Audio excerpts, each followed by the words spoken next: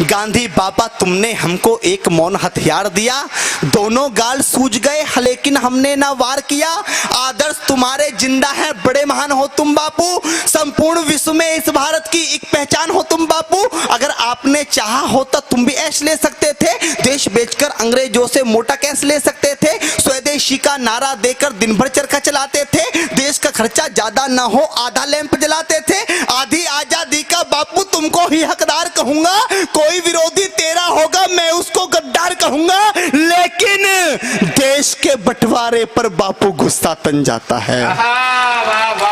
लेकिन देश के बंटवारे पर बापू गुस्सा तन जाता है, गुस्से के बदले किसी गौड़ से का मंदिर बन जाता है। अरे भारत माता की छाती पर, भारत माता की छाती पर चलता आ रहा रुका नहीं, सन 47 का बापू तुमसे बंटवारा रुका नहीं, सन 47 का बापू तुमसे बंटवारा रुका नहीं। तुमने तुमने तुमने तुमने बापू बोला था ये शाख नहीं छटने दूंगा, अरे इंच इंच कट जाऊंगा पर देश नहीं बटने दूंगा।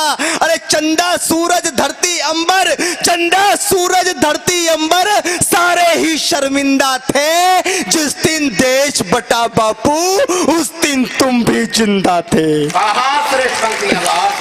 चंदा सूरज धरती अंबर सारे ही शर्मिंदा थे, जिस दिन देश बटा बापू उस दिन तुम भी जिंदा थे।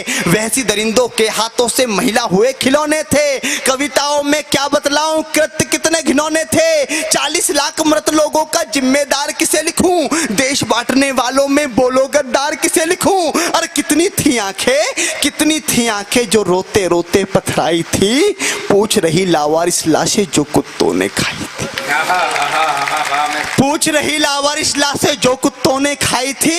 हिंदुस्तान की माटी का परिवेश अधर में छोड़ दिया। कविता की सबसे कड़वी पंक्ति से कड़वा मैंने कुछ नहीं लिखा कि हिंदुस्तान की माटी का परिवेश अधर में छोड़ दिया, बंटवारा करके भी बापू देश अधर में छोड़ दिया।